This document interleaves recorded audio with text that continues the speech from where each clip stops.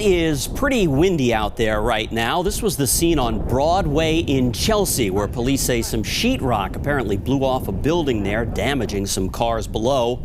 Wow, Dan is back now to chat about that a little bit. He's also looking ahead to Monday, which is likely to be a weather impact day, I guess. Yeah, no doubt. Monday, we're going to have not only the wind, but we're going to have heavy rain and maybe even some thunderstorms as well. So our first. Here we go. At least it's not snow and ice. I think a lot of us is like, enough of that, right? We're done with that, right? We are done with that for now. For now, anyway. But anyway, decent parade day tomorrow in Boston. It's going to be in the 40s, and there won't be as much wind tomorrow, so that's nice. We'll have clouds. We'll have some sun mixed in.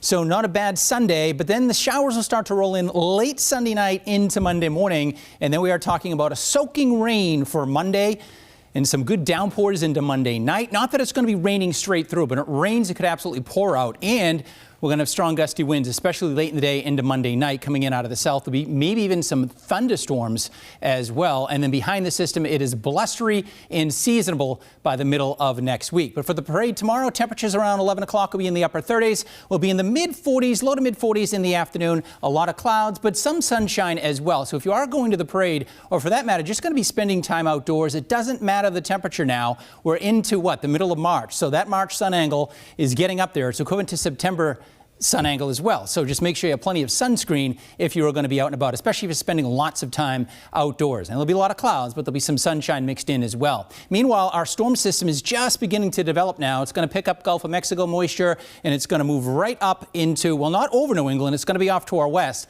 That's going to put us on the warm side of this storm. So for tomorrow, we'll have clouds, we'll have some sunshine, but no problems tomorrow. A decent day. Temps in the low to mid 40s. Some showers start to develop late Sunday night going into Monday morning. So your Monday morning commute might get through most of it with not a whole lot going on, but then the showers become more numerous as the day goes on. Some good downpours. There may be even some embedded thunder in there as well as the winds pick up out of the south as strong low pressure makes its way into eastern Canada. Then we dry out quickly late Monday night into Tuesday morning. So downpours and wind and some thunderstorms mixed in as well, and not out of the question that there could be a strong to severe storm as this system begins to move through.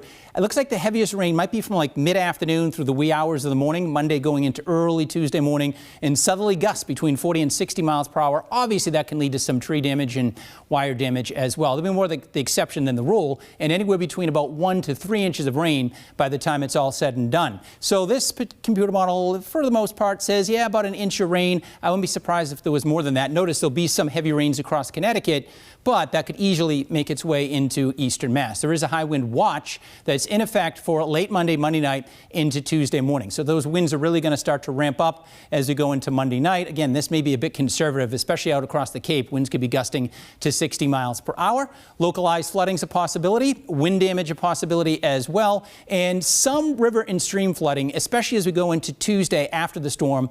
And in terms of coastal flooding, that doesn't seem to be a factor with this particular system. By the way, it's going to be warm too. Temperatures will be spiking into the 50s to near 60 degrees since we are on the warm side of that storm system. So here we go. Monday is a possible next alert. Most likely it will be for Monday. And then Tuesday and Wednesday on the backside, it's windy and colder, lower 40s, but at least we're drying out. Wednesday looks chilly, and then we'll bounce back by the end of next week. All right, Dan, thanks.